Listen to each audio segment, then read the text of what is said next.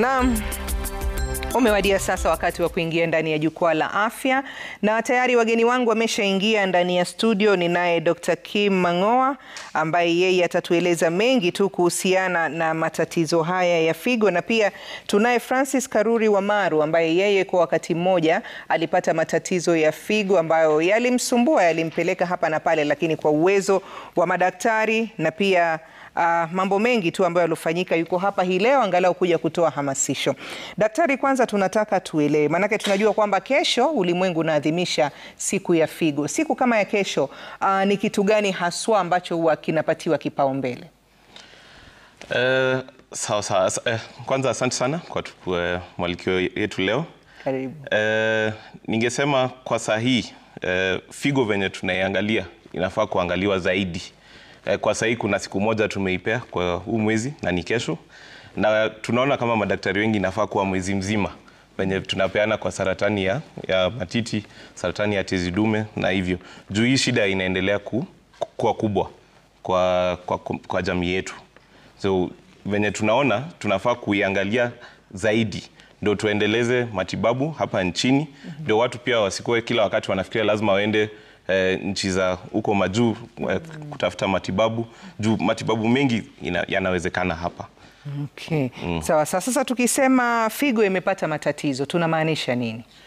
Tukisema figo imepata matatizo inamaanisha figo haifanyi kazi yake. Kazi ya figo ni mengi sana, lakini ya kubwa ni kutoa sumu na uchafu kwa damu, kutoa maji kwa mwili, inatusaidia kutengeneza damu, kufanya mifupa ikue na nguvu pia, na mwishowe kutengeneza mkojo. Hapo ndio ile sumu na maji yanatokea. So tukisema kwamba figo imeathiriwa vibaya, inamaanisha kwa hizi kazi kuna mahali haifanyi hayo kazi. Na yanaweza fanyika kwa njia, tunasemanga kwa udaktari kuna njia tatu haswa. Shida inaweza toka kabla damu ifike kwa figo, kwa figo yenyewe, ama baada ya mkojo kujaribu kutoka kwa figo kabla uitoe kwa mwili. Tukisema kabla ya figo tunamaanisha aje? Kwa kila dakika asilimia 20 ya damu yako inaenda kwa figo pekee. Asilimia 20. Hiyo ni sehemu kubwa sana, na inafaa kusafisha hiyo damu kila wakati. Tuseme hiyo asilimia ipunguke, inamaanisha figo yenyewe pia haipati damu ya kutosha. Hii inaweza tokea kwa njia nyingi. Labda umepata ajali barabarani, umepoteza damu. Labda uko na ugonjwa ya tumbo, umetapika, unaendesha tumbo, mambo kama hayo. Kwa figo yenyewe inaweza pata shida. Lakini Maulana ni nani alijua atatupea mbili, ndio hata moja ikipata shida nyingine bado inaweza fanya. Na ukiwa na figo moja maisha bado inaweza kuwa sawa kwako. So kwa figo yenyewe unaweza pata vitu kama infections na mashida mengine mengi zinaweza fanya figo yenyewe iache kufanya kazi. Baada ya figo tunamaanisha aje? Inamaanisha wakati figo imefanya kazi yake, inajaribu kutoa ile maji na uchafu na sumu yenye tumeongelelea, inapata ile njia ya kutoka kwa mwili imezibiwa. Na tunajua ukiziba njia, ile maji inaendelea tu kwenda nyuma. So ikishaenda nyuma, sasa figo itashindwa kufanya kazi yake. Kwa hizi njia yote figo inaweza athiriwa, na inaweza athiriwa kwa muda mfupi yenye tunaitanga acute, ama kwa muda mrefu tunasema zaidi ya miezi 3 na zaidi ya hiyo ni chronic sasa. Na wakati huo inamaanisha figo itaendelea kuathiriwa vibaya na mwisho itaacha kufanya kazi kabisa. Kuna dhana watu wanasema kwamba mfumo wa maisha, namna tunavyoishi pia utaweza kumweka mtu pia katika hatari ya kupata maradhi ya figo. Pengine unaweza kutufafanulia hilo? Kuna mambo mengi yenye inaweza athari figo yako vibaya. Ya kwanza ni chakula. Hiyo ndio muhimu kwanza. Tunasema chakula ya kisasa, ile junk food. Kila wakati unatafuta hizi chips na mambo kama chakula iko na mafuta mengi. Hiyo inaathiri hata mishipa za damu. Na hizo mishipa, kumbuka, pia bado zinapeleka damu kwa figo yako. Hizo zinaweza athiri moyo pia. Ya pili ni kutofanya any exercises. Kama ufanyi zoezi lolote, hiyo pia inaathiri kwa muda. Hata ukizeeka, hiyo figo inaanza kukosa nguvu. Lakini kama ulikuwa unafanya zoezi wakati ulikuwa kijana, na hiyo figo yako itaendelea kufanya kazi hadi mwisho wa maisha. Nyingine ni kuvuta sigara. Kuvuta sigara inaleta shida mingi ya figo na ya moyo. Nyingine ni pombe. Pombe pia juu tumeongea venye hiyo shida ya figo inakuja. Ukipunguza maji kwa mwili.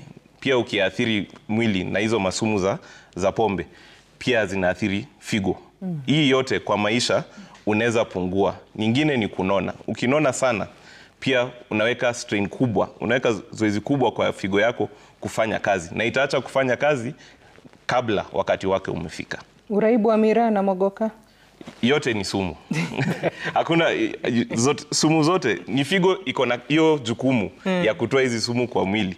Sasa ukifanyisha kazi mengi kabla wakati wake, utakuwa umeichokesha na mwisho itafunga kazi. Sawa sawa, nitarudi kwako baadaye, alafu kisha tutakuja pia kwa Karuri aje atueleze ni aina gani ya matatizo aliyopata na safari yake ilikuwa namna gani. Lakini kwa sasa naarifiwa kwamba mchakato wa kufanya mabadiliko katika kamati za bunge na Senate umeanza, huku kukitarajiwa kuwa na malumbano na mabishano wakati wa kuchagua wanakamati na viongozi wa wenyekiti wa kamati hizo. Kamati ya bunge la kitaifa kuhusu masuala ya bajeti kwa sasa imeanza kikao maalum cha kumchagua mwenyekiti, huku alikuwa mwenyekiti Ndindi Nyoro akitarajiwa kutimuliwa kutoka kwenye kamati hiyo. Hebu tusikilize yanayoendelea.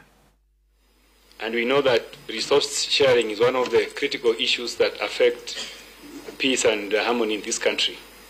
And therefore I'm going to ensure that we look at the map of Kenya, especially when we are looking at the sharing of resources, and ensure that each and every section of the country is a beneficiary of the resources that Kenyans bestow on us.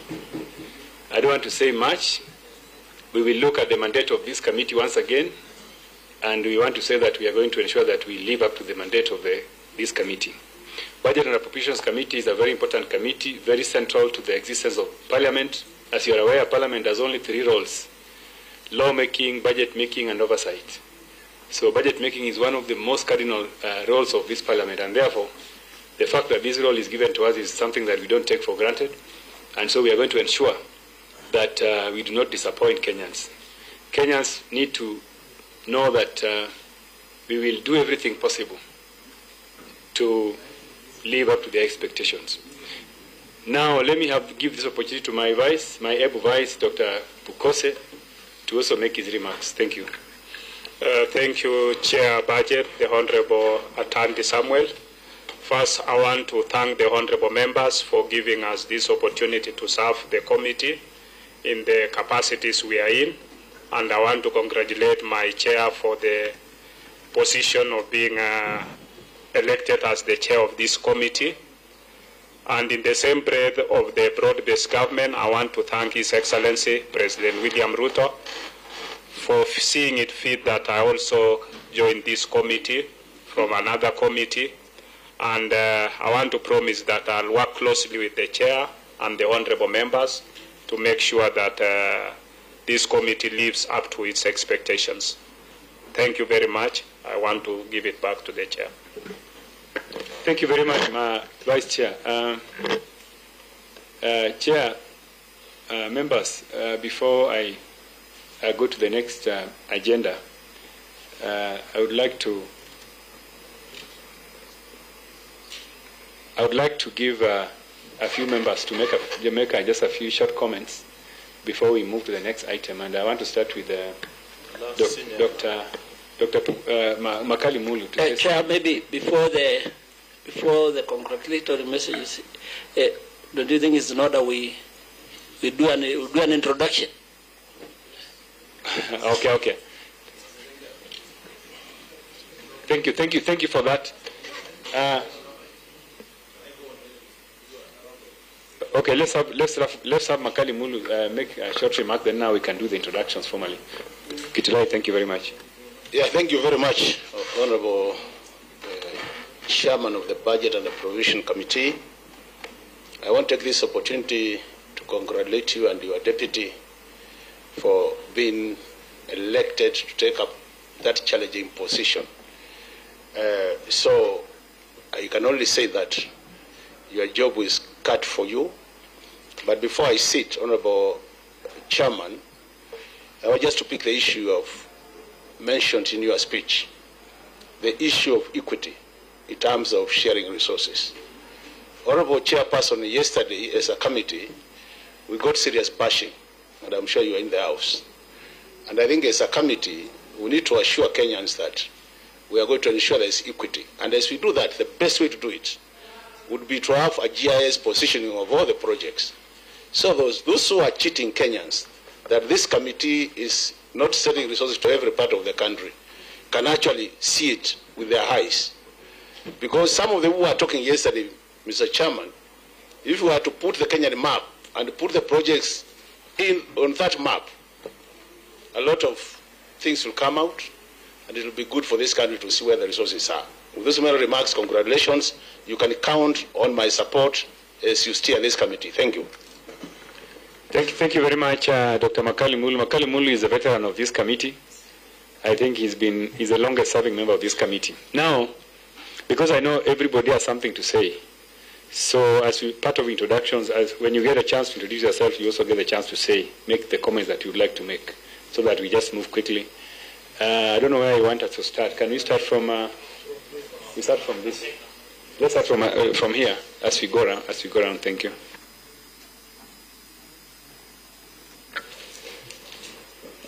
Thank you, Chair, and thank you, Vice Chair, and congratulations for your appointment as Chair and Vice Chair of this committee. Now you've left me in the corridors of brokerage in this broad-based government, and I wish that you remember me as you pursue the Canaan road. Thank you, Chair.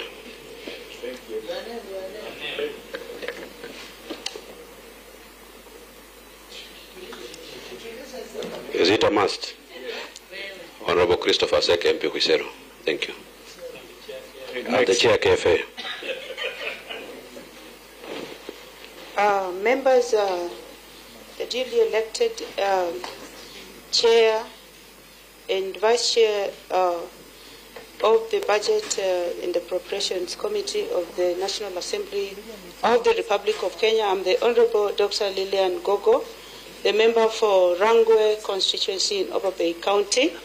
Want to thank this honorable committee for electing these two members, and I want to assure the Republic that the members of this committee, some who have been serving and some of us who have newly joined the committee, is that we are going to lay it bare. We are going to act here responsibly with integrity to ensure that the National Assembly does its work well, and we leave it to what it lives to be, especially the equitable distribution of resources that are meant to reach every part of this country. I thank you, members, and once again, Wonyamulu, congratulations. Thank you. Thank you. Thank you, Mutuse, Honorable.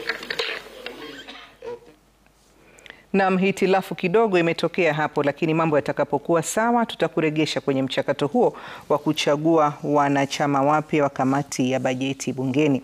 Kwa hivi sasa turejee hapa ndani ya studio, tuendelee na mada yetu hii leo tukiwa tunaangazia matatizo ya figo. Karori, tumeelezwa kwamba wewe uliathirika na matatizo ya figo, na daktari hapa ametueleza baadhi ya vitu ambavyo vinaweza kuchangia mtu kupata matatizo ya figo. Pengine wewe ilianza namna gani mpaka ukagundua kwamba figo zako zina matatizo? Naam, shukran Mwanahamisi kwa mwaliko, na nashukuru sana. Hebu nianze kwanza niseme kama majuma mawili hivi yamepita. Nilikuwa tu kazini kama kawaida tu. Nikakula chakula cha mchana salama tu vizuri. Alafu jioni yake ambapo nilikuwa natoka kazini nikahisi joto mwilini na nikaanza kutoka jasho. Kidogo kabla hata nifike nyumbani nikatapika kwanza. Baada ya kutapika ikabidi kwanza nikimbie nyumbani, nikasema maybe pengine chakula nilikula, nikanywa maji kwanza. Usiku huo sikuweza kulala. Juu hata nilianza kuendesha. Baadaye kidogo tu nikajivumilia, but siku iliyofuata nikaenda hospitalini kwa clinic. Mwili kwanza ulikuwa umekwisha, sikuwa na nguvu na hata maji mwilini, ile inaitwa dehydration. Nilikuwa I was very much dehydrated. Hapo kliniki kwanza wakanieka maji ile IV. Kwanza nikaweza kutulia, wakapima BP, wakapima zile vitals, wanaita vitals. Hazikuwa wastani, hazikuwa za kawaida. Kwanza wakanieka maji. Kidogo kidogo wakataka kujua ni nini. Niliwaambia, nikawaelezea nilitumia chakula fulani kazini. Ulikuwa umekula nini? Nilikuwa nimekula nyama hapo na supu fulani na wali. Mahali ambapo unakula kila siku ama ilikuwa ni mara ya kwanza? Ni mara ya kwanza, juu ilikuwa ni kama kulikuwa na kulikuwa ni kama function ya kulikuwa training. Kukakuwa na hawa wanaitwaje, catering, wakaleta chakula ofisini. Na ndicho nilichotumia, halafu ikanipata kwa msiba niko nao. But hospitalini pale kliniki wakaniangalia, wakanipatia madawa. But baada ya kuzitumia siku 2,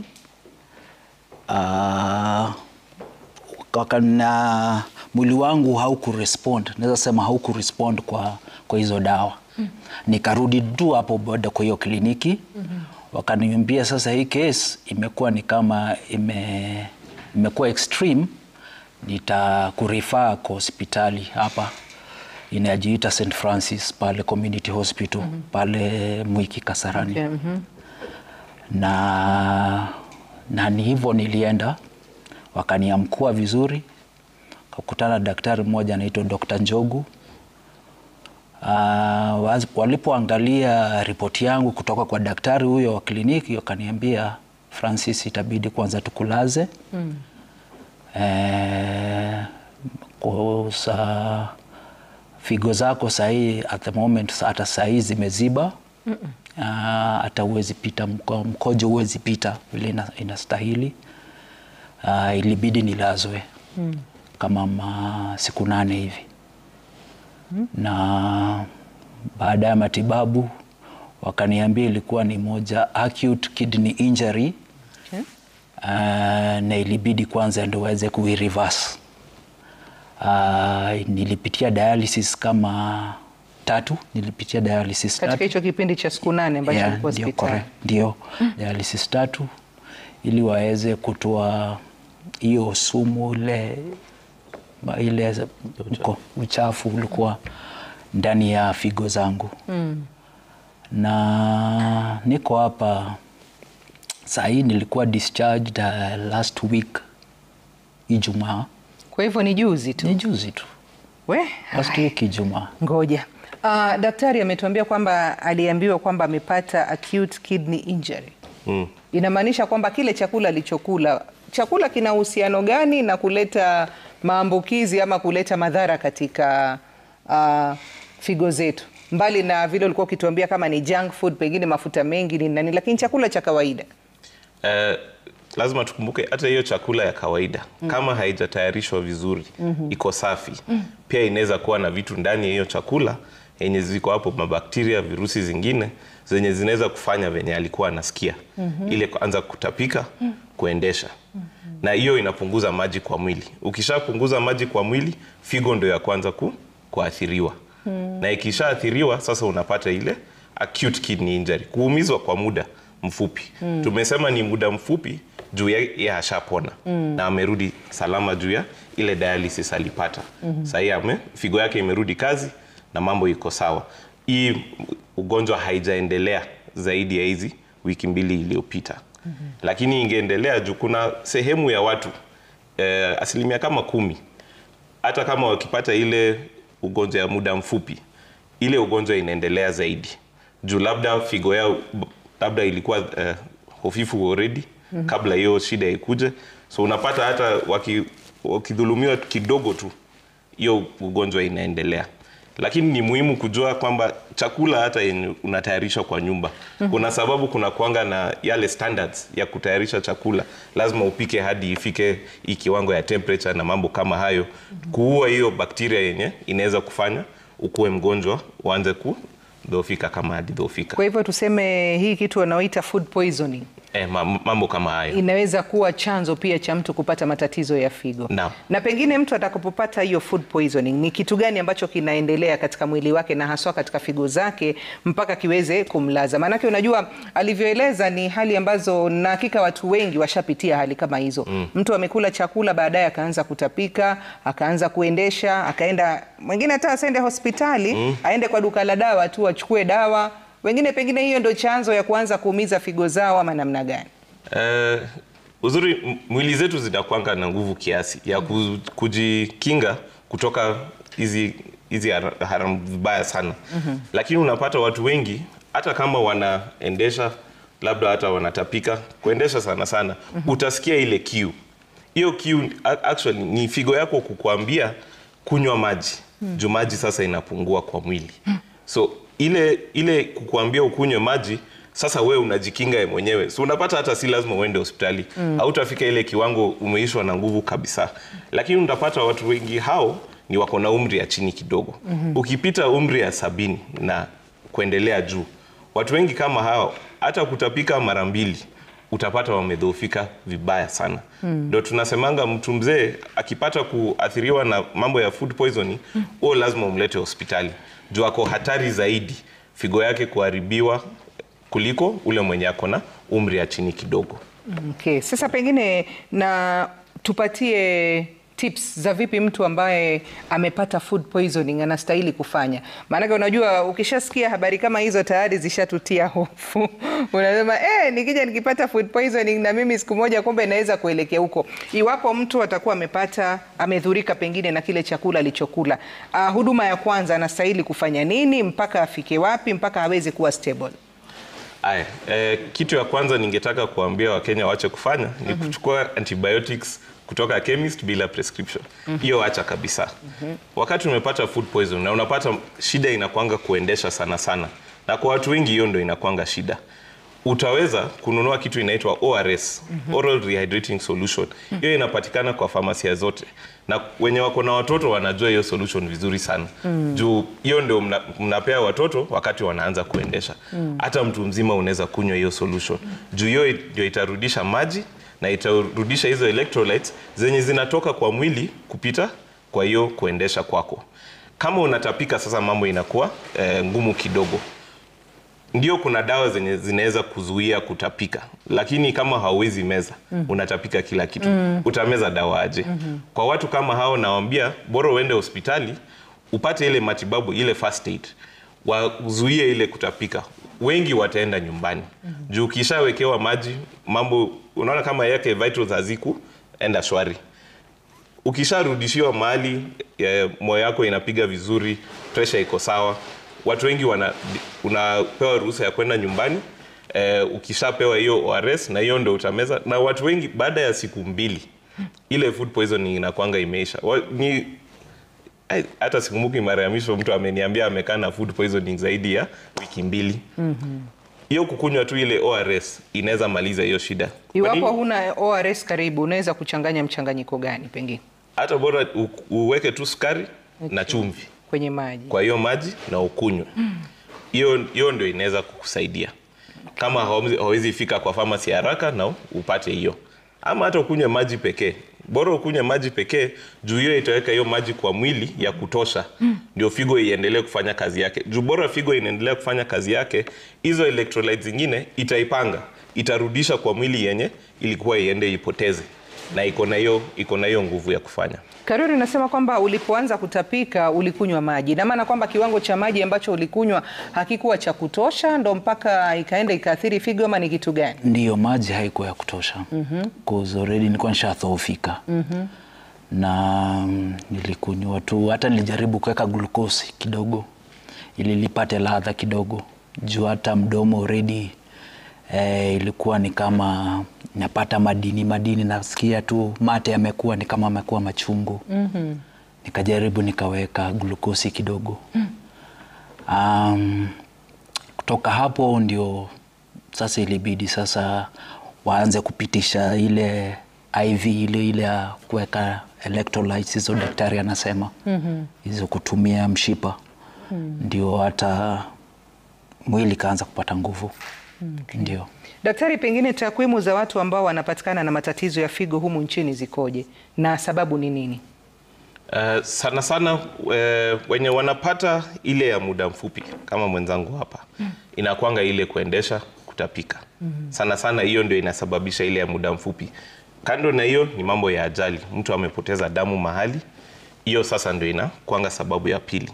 Yenye iko na jukumu kubwa kwa madaktari inakuanga ile tunasema chronic kidney disease. Ile yenye sasa tunaweka watu kwa dialysis na mambo kayo kwa maisha yao karibu mzima hadi tugeuze ile figo.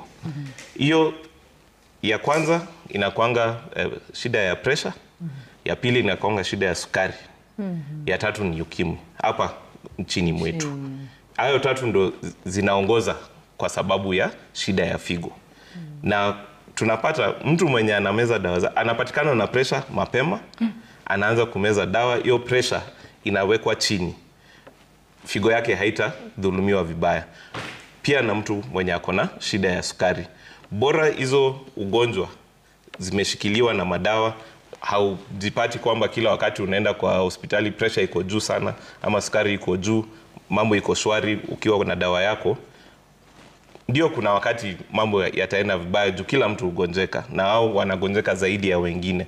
Lakini utapata asilimia kubwa yao wenye wameshikiliwa na madawa figo zao zitaendelea sawa. Lakini tunapata wengi mara ya kwanza wamekuja kwa hospitali ndio tunajua wako na pressure, tunajua wako na sukari. Sasa ile pressure hatuwezi jua kama ilisababisha figo kuharibika ama ndio imetokea kwa juu ya figo kuharibika. Juu figo ikiharibika pia pressure upanda. Ndio unapata mtu amekaa na sukari hadi figo imeisha kabisa. Na shida na figo ni hauwezi jua, hakunanga alama ya ugonjwa hadi karibu ufike mwisho wa hiyo ugonjwa na figo yenyewe iko karibu kuacha kufanya kazi kabisa. Okay, nikizungumzia takwimu nataka statistics. Pengine tuseme watu wangapi kati ya wangapi humu nchini wako katika hatari ama wamepata magonjwa ya figo na ni kwa sababu ya nini? Mara ya mwisho niliangalia karibu 10,000 sasa nchini ni watu wenye wako na chronic kidney disease na wako na access ya kwenda kufanyiwa dialysis, ile kuchujiwa damu. Tunajua kwamba hiyo bado haitoshi. Juu sahi serikali imesema italipia dialysis mara 2 kwa wiki. Sehemu zingine huku duniani wanafanyanga mara 3. Hiyo ndio inakuanga standard. Nyingine ni kwamba tunajua si kila mahali hizi mashini zimefika. Huko mashinani bado kuna sehemu fulani bado hazijafikiwa. Na ni hospitali za imani na hospitali za binafsi zenye zinashikilia jukumu kubwa ya kupeana hii dialysis kwa wagonjwa. So pia kufuata hizo statistics ni ngumu sana. Juu bado hatujaweka pamoja data yetu yote ya nchi kuweza kujua haswa hizi nambari ni za ukweli, wangapi bado wanaendelea, wangapi wameacha, ndio tuweze kufanya hii mambo yote. Lakini katika hesabu za haraka tu utasema matatizo ya figo yameongezeka ama yamepungua pengine? Yanaendelea kuongezeka. Hiyo ndio ukweli. Juu tukiangalia data ya mwisho ya 2016, wakati huo ilikuwa watu 5,000. Kutoka hiyo wakati hadi wakati huu tumeenda zaidi ya mara 2. Hao ni wale ambao wanakwenda hospitali. Sasa ni sasa wenye wako kwa dialysis. Inamaanisha huyu ni mtu wako matibabu maisha yake yote. Okay.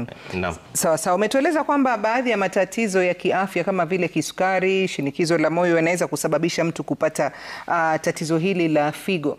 Dalili zinazojitokeza ni zipi? Kwa mtu wa kawaida tu ambaye hana magonjwa nyemelezi ambayo kama ya sukari ama nini, na kwa yule ambaye pia ana magonjwa tayari, ni vitu gani vitaanza kujitokeza ujue kwamba hapa figo yangu inaweza kuwa ina matatizo? Ya kwanza yenye tunaonanga sana ni mtu anaanza kufura sehemu za mwili. Juu sasa tumesema jukumu moja ya figo ni kutoa maji kwa mwili. Kama haitoi hiyo maji itakaa kwa mwili na sana hiyo maji huenda chini. Ndio inamaanisha ukiamka asubuhi uko sawa, lakini siku ikiendelea unapata miguu inaanza kufura, inafura. Usiku ukienda kulala, juu sasa umeweka miguu juu, hiyo maji sasa inarudi kwa mishipa. Unapata asubuhi sasa miguu haijafura tena. Wenye imezidi sana unapata hata uso imefura na mwishowe hata wanaanza kushindwa kupumua, juu hiyo maji sasa pia imejiweka kwa mbavu. Sasa hawezi pumua pia. Lakini sasa tunajua hapo mambo imeharibika. Nyingine ni kuangalia mkojo yako. Mkojo ikianza kuwa nyingi zaidi ya kawaida, inamaanisha ile jukumu ya figo ya labda kuweka maji kwa mwili, kama ile wakati labda haujakunywa maji ya kutosha, imekosa kufanya hiyo jukumu. Ndio maana sasa labda hiyo sasa inaweza kupea idara kwamba kuna shida kwa figo. Nyingine ni unamaanisha kwenda haja ndogo mara kwa mara. Haja ndogo mara kwa mara, ama ukienda ni mkojo mingi sana inatoka. Nyingine ni mkojo kidogo sana. Utapata kwanza wale wenye wanaanza na ile acute kidney injury.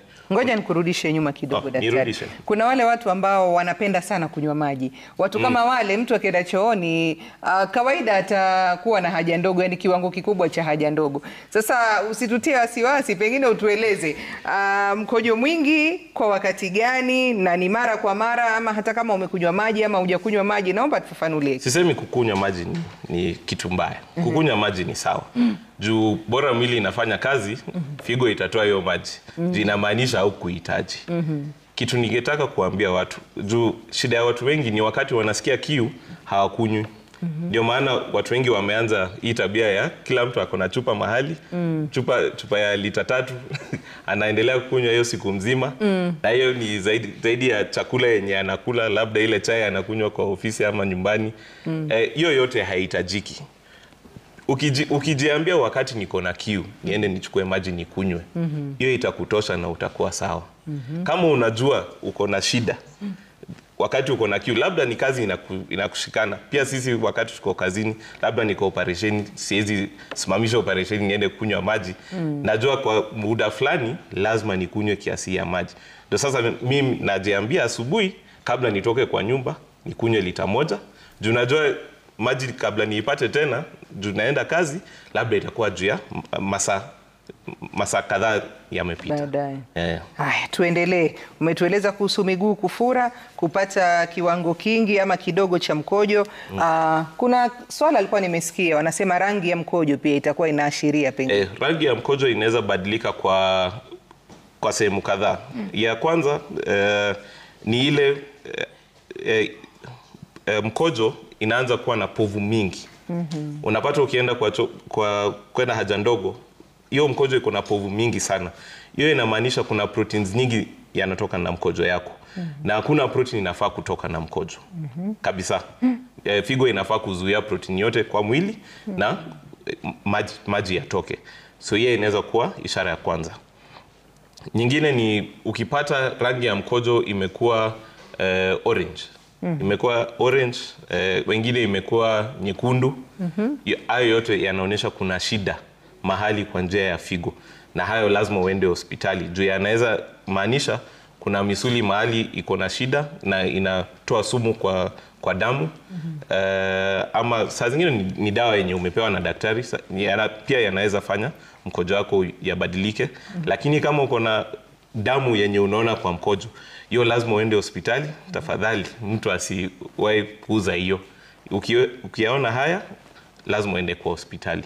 Sawa sawa, tunakwenda kwenye mapumziko mafupi. Tukirudi tutarudi kwako Karuri, utueleze katika hicho kipindi ambacho ulikuwa uko kwenye matibabu ni mambo gani ambayo ulikuwa umeambiwa uzingatie zaidi na hali ilikuwa namna gani. Na pia daktari, tukirudi kwako nataka utueleze, maanake tunaona kwamba magonjwa haya ya figo kitambo ulikuwa tunaona ni watoto tu, watu wazima ndio wanaripotiwa kuwa na matatizo haya, lakini hivi sasa unakuta paka watoto wadogo wanaambiwa na matatizo ya figo. Utueleze pengine chanzo chake ni nini. Haya yote mtazamaji ni baada ya muda usokuwa mrefu. Unaweza kusema nasi kupitia nambari zetu za arafa ambazo ni 22422 iwapo utakuwa una swali lolote ambalo ungependa kumuuliza daktari pamoja na mgeni wetu, na pia baadaye tutamuingiza mtaalamu wa lishe aje atueleze kuhusiana na vyakula gani bora vya kuweza kuimarisha afya ya figo, vipi ambavyo ni hatari kwa figo yako na namna gani ambao unaweza kutumia chakula kujilinda na matatizo ya figo. Hayo yote ni baada ya muda usiokuwa mrefu.